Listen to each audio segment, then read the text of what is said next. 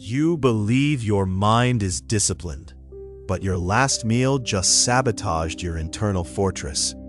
Every mindless bite of processed indulgence is not just fuel, it is a chemical leak in your stoic clarity, a slow erosion of the fire that is supposed to be burning at your center. The Stoics had a name for what lives there, and they understood something about it that most modern philosophy has completely forgotten. If you cannot master your plate, you will never master your soul. It is time to audit your consumption. When people hear that their diet is affecting their mental and spiritual clarity, they do one of two things. The first is to turn food into a numbers problem. Calories in, calories out. Macros tracked to the decimal. They optimize the meal plan and miss the practice entirely. Discipline becomes a spreadsheet, and the deeper question, why do I eat the way I eat, never gets asked. The second thing people do is dismiss it entirely. Food is food. I work hard. I deserve this. And that logic is not wrong. It is just incomplete. Because what you consistently put into your body is not a neutral act. It is a choice repeated multiple times a day that either sharpens your capacity for discipline or silently dulls it. Neither of those approaches touches what is actually happening in the body when you eat without intention. The Stoics understood it, and one Stoic in particular wrote about it with more precision than almost anyone in the ancient world. What he said is going to reframe everything you thought this conversation was about.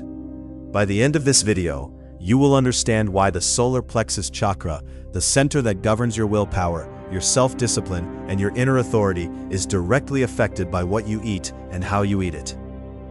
You will know what the Stoics actually prescribed around food, not as ascetic punishment, but as a specific practice for maintaining mental sovereignty. And you will have a framework for auditing your consumption that is rooted in philosophy, not diet culture. Drop this in the comments right now. What I eat is an act of philosophy, and I am choosing with intention from here.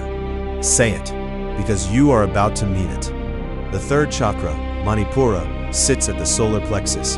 Its element is fire, and it governs exactly the qualities the Stoics prized most: personal power, self-discipline, the ability to act from your own center, rather than from impulse, from approval-seeking, or from the pull of temporary comfort. When the solar plexus is strong, you follow through. You make decisions from your own authority, and you do not apologize for them. You have access to what the Stoics called prohairesis, the rational faculty that chooses deliberately rather than reacting. When it is weakened, willpower becomes effortful in a way that should not be so hard. You say you will do something and then do not. The gap between intention and action widens, and you explain it as a personality flaw rather than recognizing it as an energetic one. Here is what most people have not considered. The fire element governs digestion. Your gut and your solar plexus are not separate systems that occasionally interact. They are the same system, described in two different languages. The enteric nervous system, what science now calls the second brain, runs along the same axis as the third chakra. It produces the majority of the body's serotonin. It sends more signals to the brain than it receives. What you eat directly affects the chemistry of the center that governs your willpower. This is not a metaphor, this is a mechanism. And the Stoics, working from direct observation rather than instrumentation, arrived at the same conclusion over 2,000 years ago. If this is the kind of channel you have been looking for, one that takes Stoic philosophy and your energetic interior seriously and treats them as one conversation, subscribe to the Awakened Stoic. This community is built for people who are ready to go beneath the surface of both traditions. Subscribe now. The understanding only deepens from here. Of all the Stoic philosophers, Musonius Rufus wrote most directly about food. He was Epictetus' teacher, and he believed that what a person ate was a direct expression of their philosophical commitments. He wrote, "The Stoic eats not for pleasure, but for health, not to gratify desire, but to sustain the capacity for virtue." He was not prescribing a diet, he was prescribing a relationship to food. The distinction matters enormously. Musonius identified two modes of eating: The first is eating as sensation-seeking. The meal chosen for its stimulation, for the hit of sweetness, or salt, or novelty, for the relief it provides from boredom or stress or discomfort.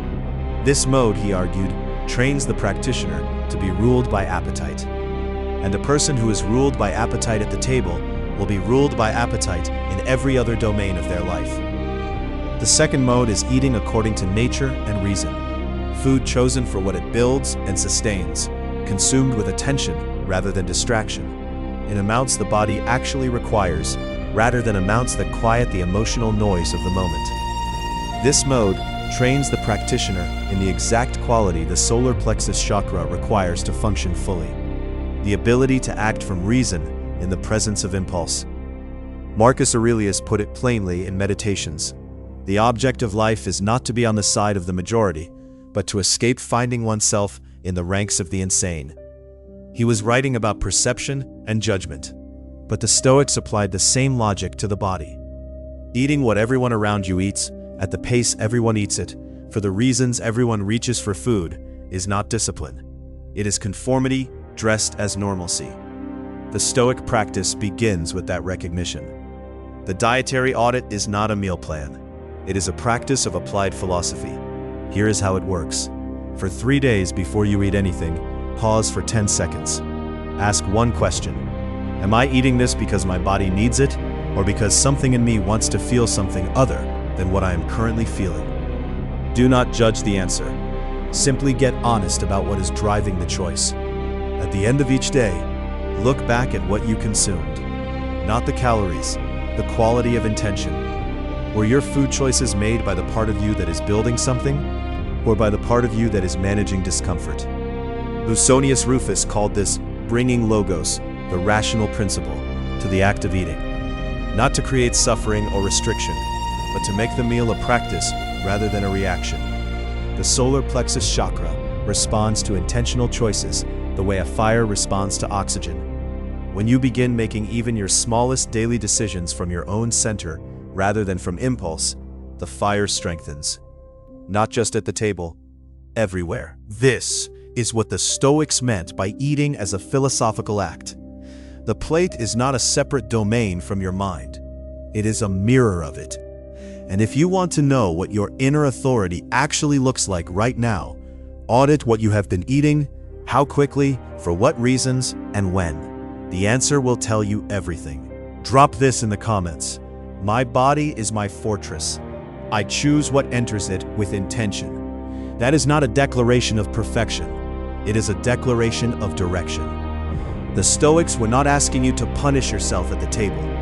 They were asking you to recognize that every choice you make, including the ones you make 3 times a day about what goes into your body, is either building your capacity for sovereignty or slowly eroding it. The solar plexus is your fire. What you feed it matters. Subscribe to the Awakened Stoic. This is where ancient discipline meets the full interior life. And we are just getting started. Stay grounded, stay stoic, and I will see you in the next one. You